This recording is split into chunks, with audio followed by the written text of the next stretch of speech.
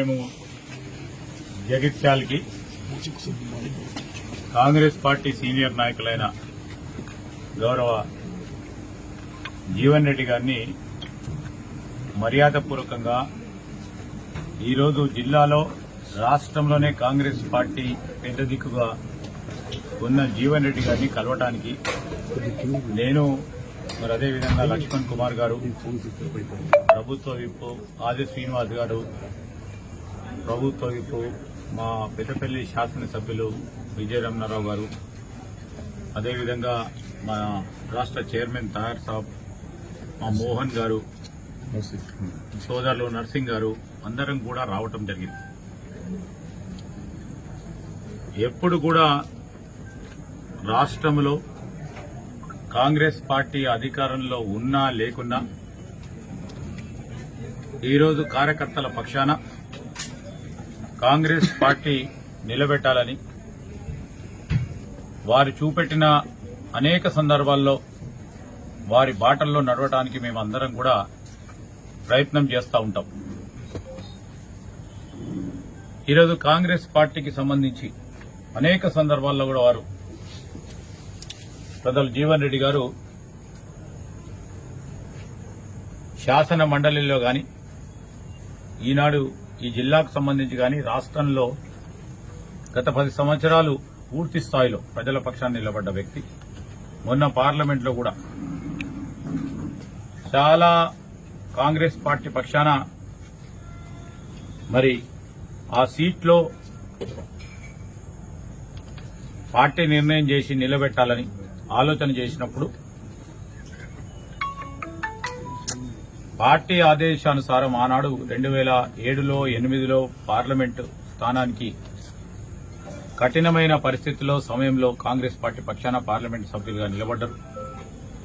అదేవిధంగా ఈరోజు కూడా మొన్న పార్లమెంటు సంబంధించి కూడా అక్కడున్న పరిస్థితులను తెలిసి కూడా ఈరోజు కాంగ్రెస్ పార్టీని నిలబెట్టాలి అని వారు ముందుకొచ్చి నిలబెట్టడం జరిగింది.